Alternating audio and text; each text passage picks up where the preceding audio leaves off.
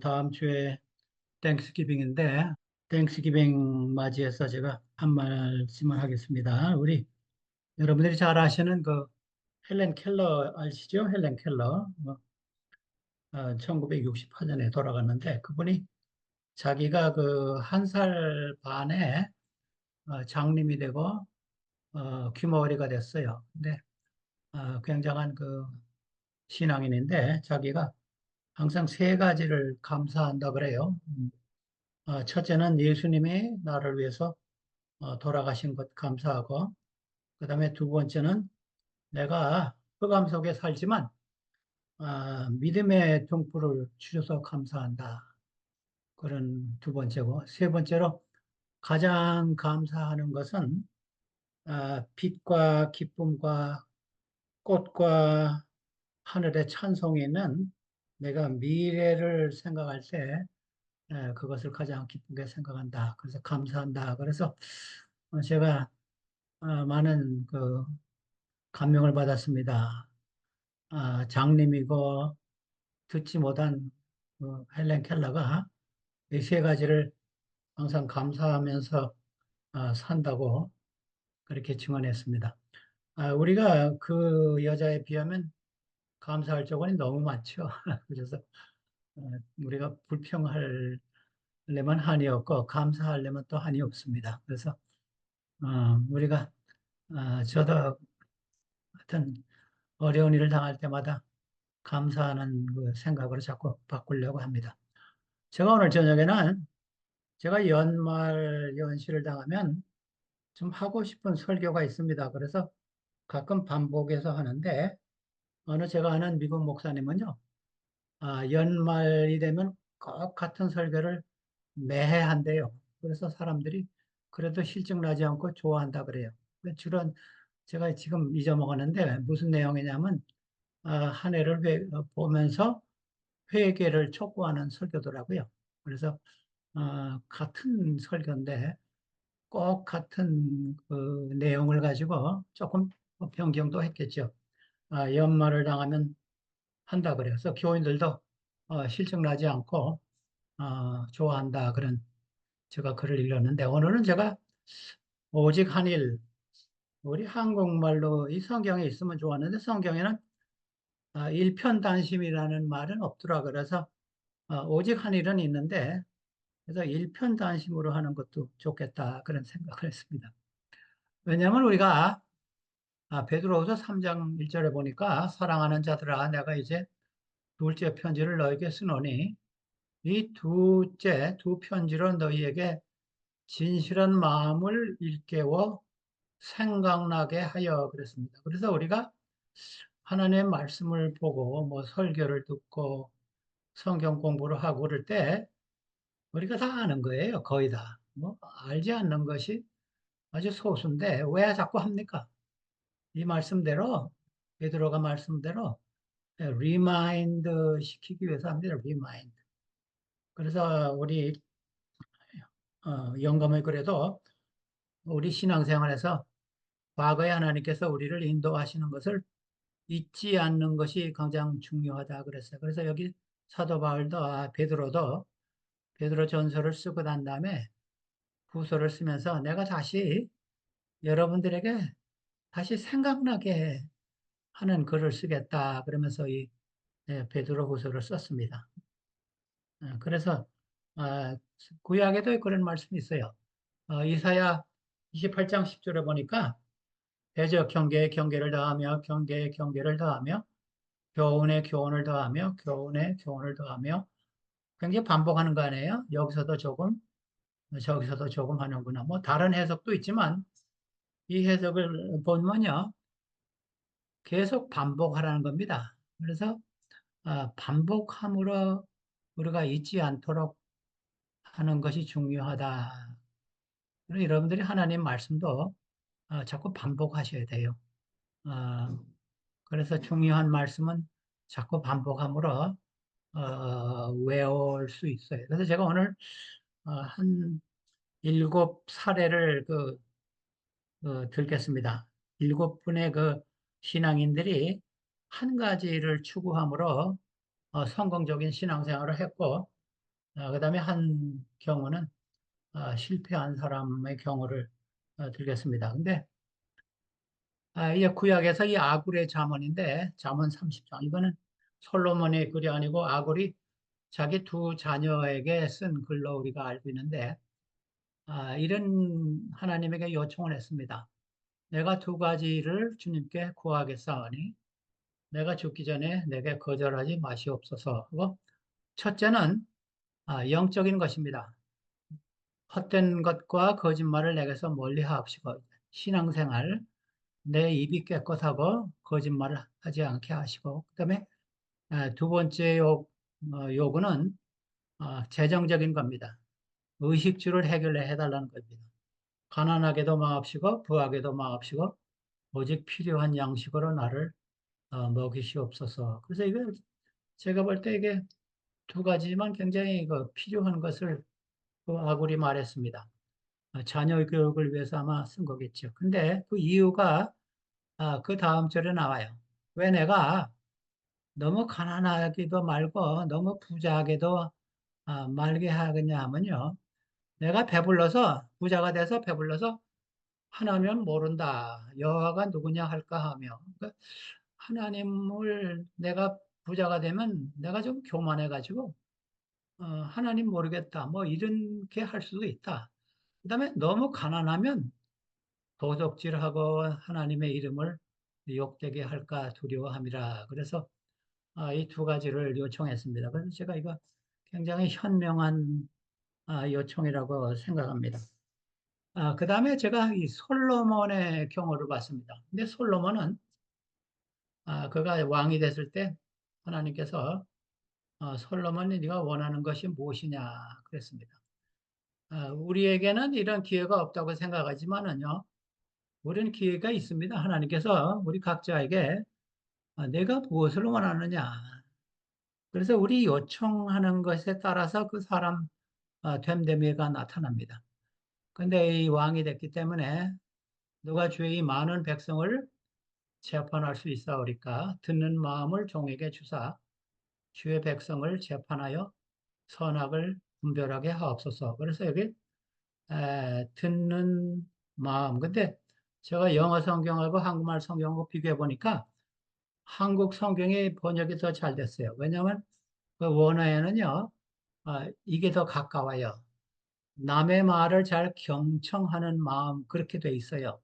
아, 그래서 이게 밑에는 분별, 영어로는 분별하는 마음이라 그러는데 영어는 히브리 말은 레 쇼마 해가지고 남의 말을 좀 듣는 마음. 근데 우리 현대인들이 좀 바쁘기 때문에 다른 사람의 말을 잘 경청을 안 해요. 다른 사람이 말하다가 그 말 하는데 내가 생각이 나는 거 있는데 하면서 그 사람을 컷오버해요. 그래서 제가 몇 사람이 그래서 좀 경고도 줬는데 싫어하더라고요. 그래서 다른 사람의 말을 좀 듣는 거는 왜 귀는 두 개고 입은 하나입니까? 좀 하나님께서 들으라는 그런 그걸 주기 위해서 귀를 두 개 만들고 입을 하나로 만들어요. 근데 많은 사람들은 입이 두 개고 귀가 하나예요. 그래서 참 조심해야 됩니다. 그래서 아 그리고 또 솔로몬이 역대하에는 지혜와 지식을 달라 그랬어요. 근데 지혜와 지식을 주사 이 백성 앞에서 출입하게 하옵소서. 이렇게 많은 주의 백성을 누가 능히 재판하리가 아주 유사한 말씀인데 지혜는 제가 보기에는요 지식의 적용 같아요. 그리고 뭐 어떤 분의 말하면 교회에서 배우는 것은 지혜고 학교에서 배우는 건 지식이라 뭐 이렇게도 할 수 있습니다. 근데 지혜를 이게 먼저 넣었잖아요. 그래서 아마 하나님의 말씀 듣는 것을 먼저 하고 그 다음에 세상 학문도 내가 좀 알게 하옵소서 이런 요청을 했습니다. 그 앞에 나온 열왕기상 말씀하고 유사해요. 남의 말을 잘 듣고 하나님 말씀을 잘 들어야 지혜와 지식이 늘어나잖아요. 근데 이 시편에는요, 시편 72편하고 시편 127편이 두 개가 이 솔로몬이 쓰신데 72편하고 127편입니다. 근데 72편에는 그랬더라고요. 여기도 꼭 같은 말을 썼더라고요. 하나님이여 주의 판단력을 왕에게 주시고 주의 공의를 왕의 아들에게 주소서. 그래서 판단하는 이것을 제게 달라. 그래서 솔로몬의 그 일편단심은 듣는 귀, 그다음에 판단력을 정확하게 해서 공의롭게 백성들을 다리게 하옵소서 그랬어요. 그다음에 이제 제가 열왕기 하 2장에 그 엘리사 생각이 났습니다. 이제 엘리사하고 엘리야하고 이제 걸어가면서 엘리야가 같이 이제 강을 건너갔습니다. 건너면 엘리야가 엘리사에게 이르되 나를 내게서 데려감을 당하기 전에 내가 내게 어떻게 할지를 구하라. 내가 이제 곧 승천할 텐데 너는 나의 후계자인데 승천하기 전에 네가 뭘 원하느냐? 그랬어요. 하나님께서 솔로몬에게 한 말과 굉장히 유사한데 그러니까 엘리사가 이런 그 요청을 했습니다. 당신의 성령이 하시는 역사가 갑절이나 내게 있게 하소서. 굉장히 적절한 요청입니다. 뭐 다른 그 엘리야의 것을 요구하지 않고 성령을 주세요. 근데 그것을 좀 갑절이나 주세요. 그래서 갑절이라는 말은 강조하는 겁니다. 뭐꼭 당신보다 훌륭하게 되기를 원하는 것보다도 어, 강조하는 말로 이렇게 했습니다. 그래서 엘리사가 굉장히 많은 이적을 행했습니다. 오히려 엘리야보다 더 많은 이적을 하고 성령의 감동이 있었습니다. 그래서 엘리사가 요구한 것은 성령입니다. 그래서 그 생애의 일편단심은 성령에 함께 하심이었습니다. 그래서 성령을 우리가 마지막 때를 당해서 참 성령을 구해야 되지 않을까 저는 생각하는데 이 스가랴에 이런 말씀이 있어요. 봄비가 올 때 우리 지금 가을비가 오는데 팔레스타인 지방에는 추수할 때 봄비가 왔습니다. 그러니까 추수할 때에 우리가 늦은 비 성령으로 생각하잖아요. 여호와 곧 구름을 일게 하시는 여호와께 비를 구하라. 무리에게 소낙비를 내려서 밭의 채소를 각 사람에게 주시리라. 근데 여기 처음 해보세요. 추수할 때에, 그러니까 늦은 비 성령이 내리실 때 하나님 여호와께 비를 구하라. 그런데 비를 구하면 비를 준다 그랬습니까? 소낙비를 준다 그랬어요. 그러니까 우리가 요구하는 것 이상으로 주신다는 겁니다. 그래서 로마서 8장에 우리가 간구하는 것을 몰라도 성령이 간구하신다는 말씀과 좀 일맥상통합니다. 비를 구하는데 하나님께서 우리에게 showers of rain, 선악비를 주시리라. 그래서 엄청난 그 약속이 스가랴 10장에 있습니다. 그래서 우리가 지금 늦은 비 성령을 받을 때가 됐은 것 같습니다. 그래서 세계 정서를 볼 때 우리가 하나님에게 성령의 단비를 구하면 하나님께서 소낙비를 내려주신다 그랬습니다. 우리 예수님께서 이런 말씀했죠. 누가복음 11장에 여러분들이 그 잘 아시는 말씀, 너희가 뭐 악한 아버지라도 그 뭐라 그럴까 뱀을 저기 뱀을 달라면 알을 생선을 주고 알을 달라면 정갈을 주겠느냐 그런 말씀 있잖아요. 근데 아, 예수님께서 이랬어요. 그 아버지가 너희가 악한 아버지일지라도 그런 뜻입니다. 좋은 것을 자식에게 줄 줄 알거든.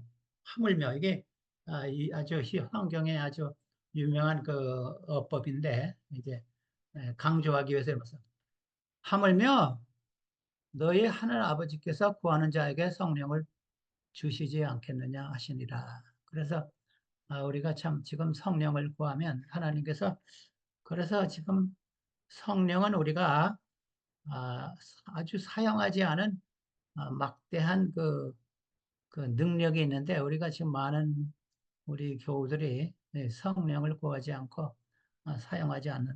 그런 말씀을 누가복음은 싫지만, 그래서 여러분들이 성령을 구하실 때 어떤 그 큰 목사님이 그랬죠. 이런 성경절을 짚고서 기도해보라 그랬어요. 그럼 하나님께서, 하나님, 누가복음 11장 13절에 약속하지 않았습니까? 성령을 주세요. 이렇게 한번 해보세요. 왜냐하면 하나님의 약속은, 하나님의 그 명령은 약속과 가능성을 포함한 것입니다. 그래서 그 11, 그 다음에는 제가 다윗을 생각했습니다. 다윗. 다윗이 많은 그 시편을 썼는데, 시를 썼는데, 제가 요새 다윗에 관한 그 시를 쓴 걸 있는데, 어떤 저자는 모든 시편이 다 다윗이 썼다. 그래서 제가 이거 굉장히 틀린 사상인데, 한 3분의 1 정도, 3반 이상을 다윗이 쓰고보다는 다른 사람이 썼는데, 하여튼 그렇고 27장에 보니까 다윗이 그런 말 써요. 시편 27장은 다윗이 어려움을 당했을 때 쓴 시입니다. 아마 압살롬에게 도망을 다니면서 쓰지 않았나 그렇게 생각해요. 내가 여호와께 바라는 한 가지 일, 그것을 구하리니 내가 평생에 여호와의 집에 살면서 여호와의 아름다움을 보며 그의 성전에서 사모하는 그것이라 그랬어요. 근데 여기 그 아름다움이라는 말이 있는데 이것이 원어는 노암인데 여러 가지 의미가 있습니다. 제가 말씀드리겠지만 뭐 하나님이 뭐 미남이시고 잘생겨서 그거 그거 의미가 아닙니다. 그 다음 절에 보면 좀 설명이 나옵니다.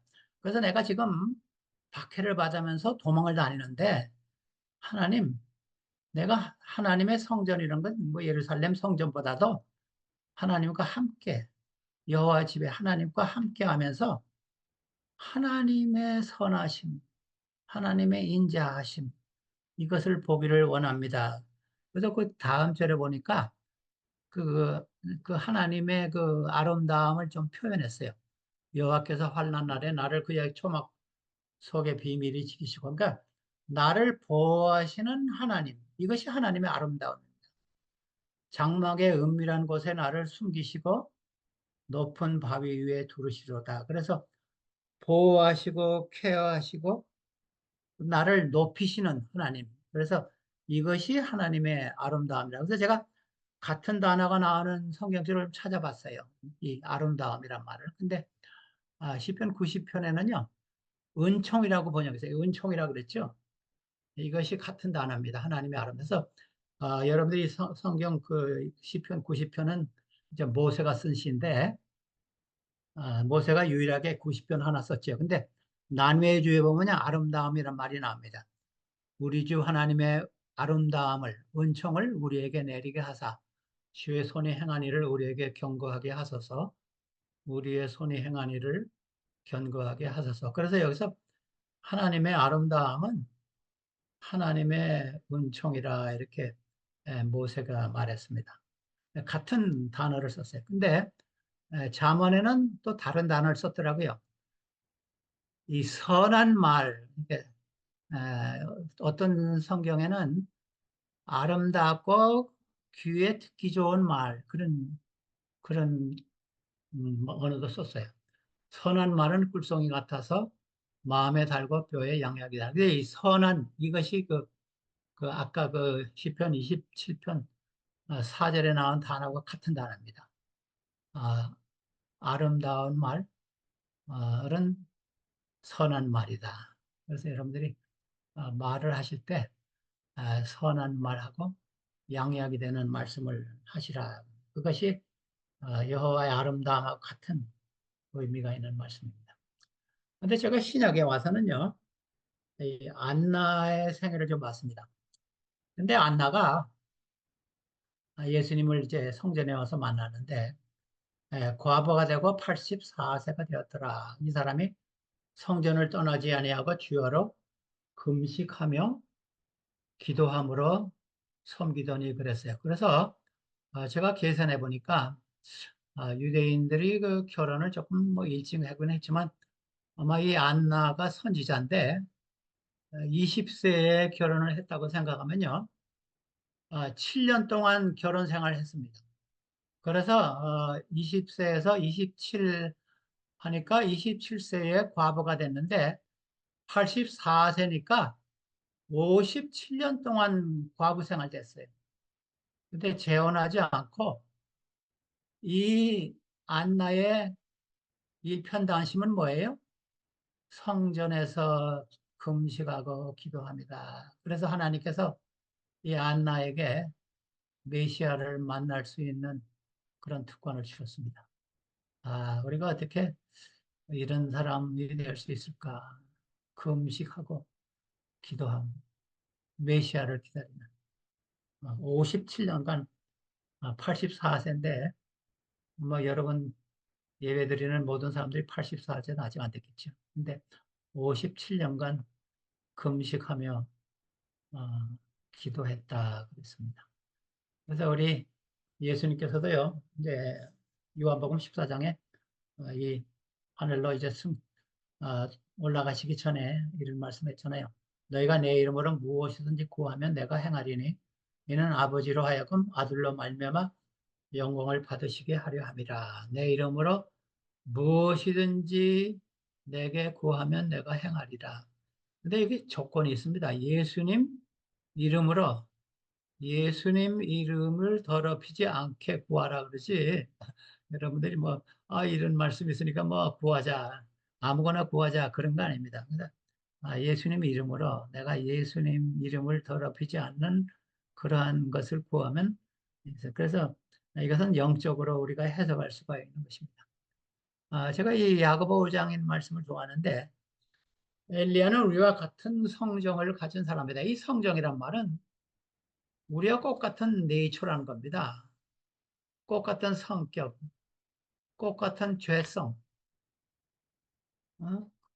그런 거 다 가진 사람이로되 그가 비가 오지 않기를 간절히 기도한 즉 3년 6개월 동안 비가 오지 아니하고 다시 기도하니 하늘이 부위를 주고 땅이 열매를 맺었느니라. 그래서 이 기도도 참 우리가 사용하지 않는 그런 굉장히 이 포텐셜, 잠재력을 갖고 있지 않는가. 아까 제가 이야기한 성령과 같이 기도의 힘을 우리가 너무 사용하지 않는가 저는 그런 생각을 했습니다. 그래서 이 엘리야가 특별한 사람이 아니라는 겁니다. 우리가 똑같은 사람이라는 겁니다. 그런데 엘리야가 기도하니까 비가 안 오고 다시 기도하니까 또 비가 오고 그래서 참 아, 우리가 그 기도의 능력을 좀 다시 어, 생각해야 되겠습니다. 그 다음에 제가 다음으로 생각하는 것이 우리 참여 불렀죠. 그것이 이 누가복음 10장을 기준으로 쓴 참인데 이제 마르다는 음식 준비에 아주 정신이 바빴습니다. 근데 사실 우리 신앙생활에서도요, 마르다가 필요해요. 마르다가 없으면 교회 파틀락이 없을 것 같아요. 그래서 주께서 대답하시되 마르다야 마르다야 내가 많은 일로 염려가 근심하나 몇 가지만 하든지 꼭 한 가지만이라도 족하니라. 마리아는 이 조언을 편에 택하였으니 빼앗기지 아니하리라. 근데 이 마리아의 일편단심은요, 예수님의 말씀입니다. 근데 제가 재미있는 거를 하나 발견했는데, 여기 그 몇 가지만이라든지 혹은 한 가지만이라든지 그랬는데, 여기 그 원어를 보니까 그 only course라는 말을 썼는데, 한 가지만이 더 정확한 것 같아요. 그래, 왜냐면 마리아가 음식도 하고 예수님 말 앞에서 듣지 않았잖아요. 예수님 발 앞에 앉아서 말씀만 들었잖아요. 그래서 제가 영어 성경을 좀 보니까 영어 성경에는 그렇게 한 성경이 두 개인가 있더라고요. 그 Today's English Version 거기도 보니까 예수님께서 마르다에게 말씀하시기를 마르다야 마르다야 내가 많은 것으로 걱정하고 염려하나 그러나 꼭 한 가지만 필요하다. 마리아가 올바른 것을 선택했다. 그래서 그것을 그에게서 빼앗을 사람이 없겠다 그랬어요. 그러니까 이게 TEV라고 Today's English Version. 근데 그 다음에 또 다른 성경에도 그렇게 번역했더라고요. 어, 리빙 바이블이라는 데도요. 제가 이 성경도 있는데 거기도 한 가지만 필요하다 그랬어요. 마르다에게 한 가지만 필요한데 마리아는 이 한 가지를 알았다. 그래서 내가 그것을 그로부터 빼앗기지 않겠다 그랬어요. 그래서 제가 그 이 번역이 더 좋은 것 같아요. 몇 가지만이라면 이 사람의 그 뭐라 그럴까 관심이 막 갈라지잖아요. 근데 한 가지만 어, 족하다. 마리아는 한 가지를 택했다. 너는 두세 가지를 하지. 그러니까 마리아가 더 잘했다. 그렇다고 뭐 마르다가 다 안 좋다는 건 아닙니다. 교회에서도 마르다가 있어야 합니다. 자, 그래서 마리아는 하나님의 말씀을 아주 자기 일편단심으로 생각했어요.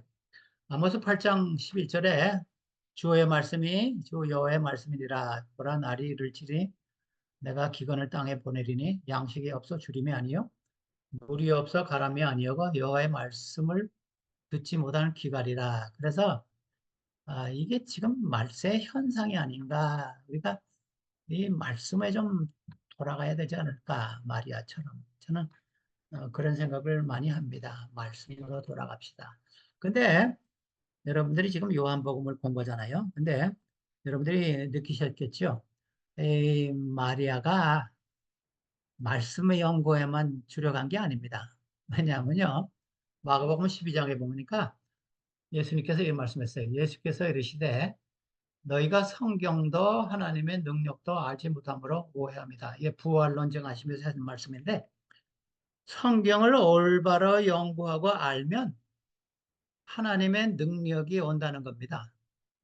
그러니까 지식적으로만 제가 보기에는 마리아가 지식적으로만 성경 연구를 하지 않았어요. 왜냐하면 요한복음의 그 사례를 보면요. 하나님의 그 능력도 있었어요. 봅시다. 이 마리아가 이 사건 여러분 지난 한 시간 공부했잖아요. 마리아는 지극히 비싼 향유 곧 순전한 나드 한 권을 가져다가 예수의 발에 붓고 자기 머리 털로 그의 발을 닦으니 향유 냄새가 가져가더라. 예수님의 말씀 듣는 것만 집중한 게 아니라 그 말씀을 적용한 마리아를 제가 여기서 봅니다. 그래서 예수님이 이제 돌아가실 때가 됐는데 그래서 자기 1년 월급을 저축해 가지고 이 향유를 세이브했다가 예수님 발 앞에 부었습니다. 그 다음에 예수님이 부활한 후에 봅시다. 예수님 부활한 후에 안식일이 지남에 마가복음 이제 공간복음에서 다 나오는데 안식일이 지남에 아마 해가 진 것 같아요. 안식일 해가 진 다음에 막달라 마리아 나오잖아요.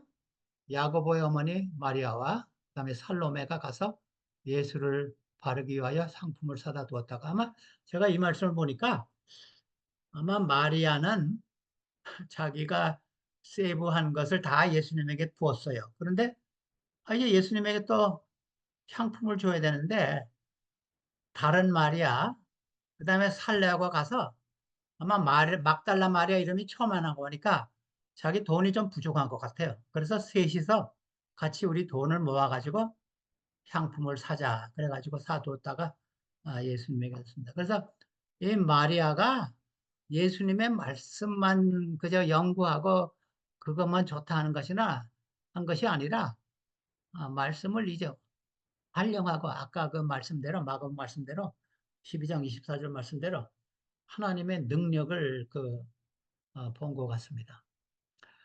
그 다음에 사도 바울.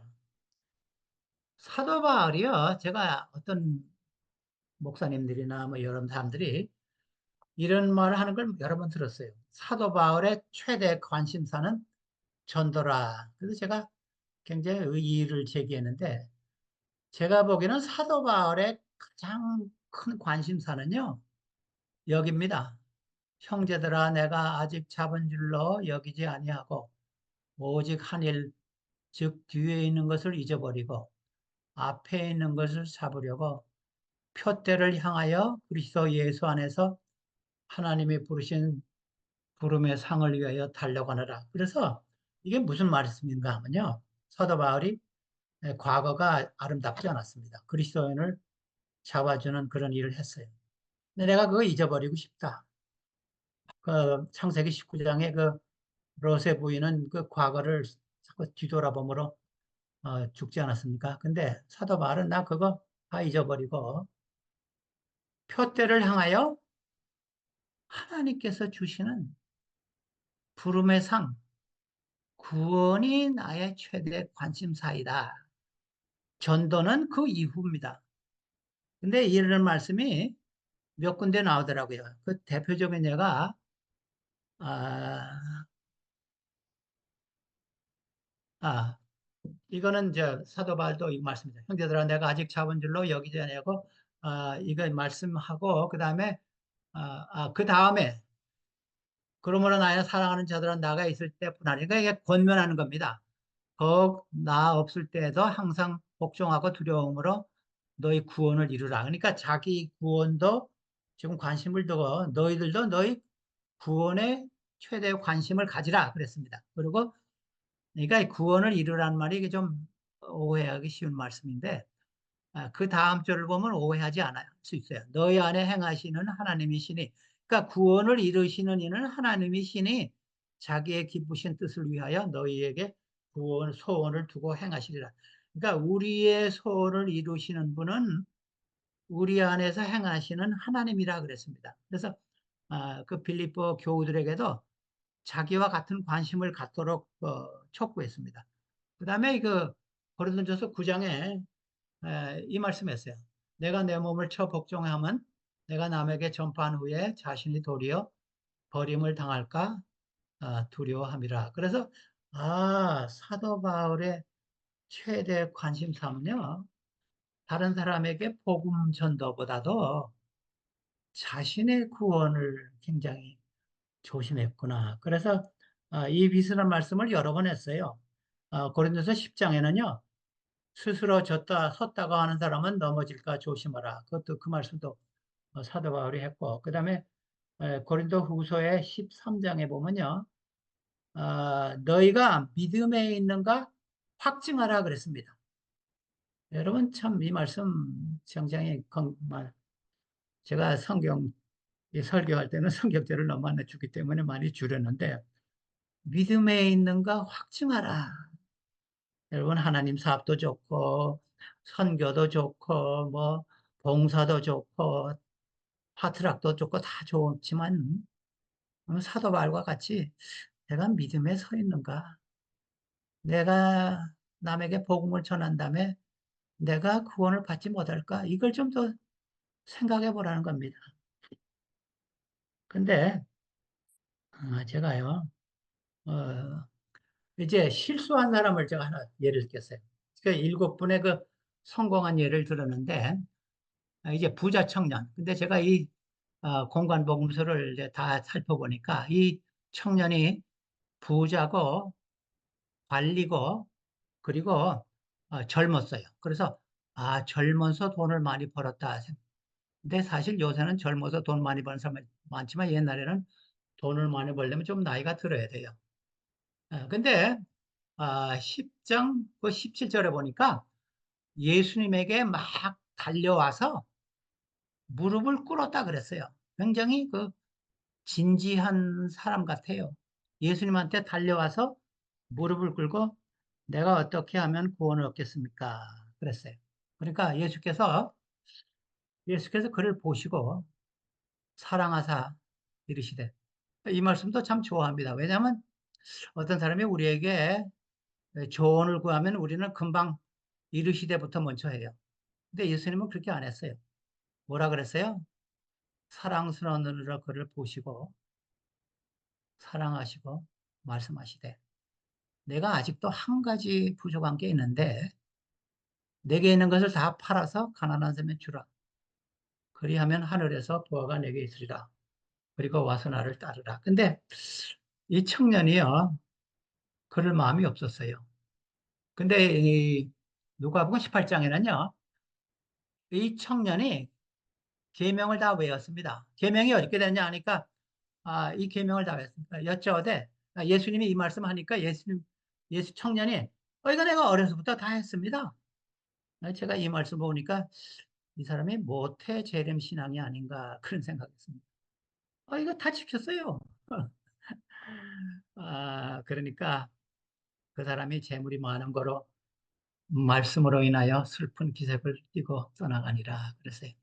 그래서 예수님이 그 가장 좋은 처방을 주셨는데 거절했습니다. 그래서 참 이 사람이 예수님을 따랐으면 우리가 이 사람의 이름을 알고 이 사람이 성경에 나올 사람인데 아주 불쌍한 사람이 됐습니다. 근데 제가 이제 마지막으로요, 이 말씀 드리겠습니다.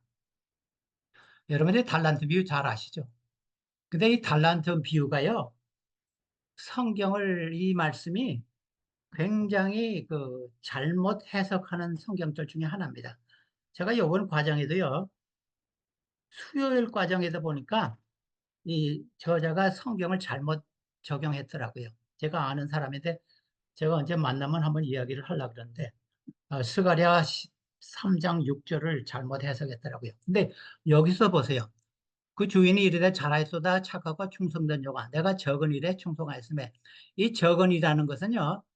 아까 제가 말한 헬라어의 올리코스인데 한 가지 이름 뜻입니다. 한 가지. 보세요. 영어로는 a few things이죠. 근데 한국말은 왜 이렇게 했는지 모르겠어요. 그래서 제가 어떤 분이 이걸 가지고 설교를 하는데 작은 일. 근데 이 내용으로도 보세요. 원어상도 그렇고 내용도 보세요. 이 5달란트 받은 사람이 5달란트를 남긴 것은 굉장히 큰 일입니다. 한 달란트가 6천 데나리온이라서 20년 일한 삭스입니다. 그래서 이 사람은요, 100년 일할 삭스를 남겼습니다. 그게 작은 일입니까? 굉장한 일이에요. 그래서 하나님께서 주신 이 큰일, 네가 잘했다. 그래서 내가 이 영어는 a few thing, a few라는 것은요 한두 가지란 뜻입니다. 한 가지 충성되게 했으니 그래서 제가 여러분들에게 권하는 것 제가 그래서 마태복음에 이 올리코스란 단어가 나오는 것을 5개를 찾았는데 다 하나나 둘은 의미가 있습니다. 그렇게 작은 그런 일이 아니에요. 그래서 우리가 하나님께서 여러분들에게 제가 지금 말씀드리는 것은 하나님께서 여러분들에게 신앙생활에서 가장 내 생애에 필요한 것을 여러분들이 생각해 보세요. 그래서 일편단심으로 그것을 추구하세요. 뭐 우리 아굴의 영적인 것과 재물에 관한 것이나 아니면 솔로몬의 지혜든지 엘리사의 성령이든지 그다음에 다윗의 여호와의 선함이든지 그다음에 안나의 금식과 기도든지 그다음에 마리아의 하나님의 말씀과 적용이든지 아니면 사도 바울의 자신의 구원이든지 그래서 이것을 우리가 하나의 내년에 여러분들의 결심 아니면 일평생의 계획을 삼으셔서 이것을 항상 아까 말씀대로 계속 반복하셔서 정로를 걸어가셔서 주님께서 오실 때 네가 내게 맡겨진 한 가지 일에 충성되었으니 내가 더 큰 것을 주겠다. 그래서 내 주인의 중류에 참여할지어다 하시는 그러한 보상을 받으시는 우리 사랑하는 성도 여러분 되시기를 간절히 바라는 바입니다.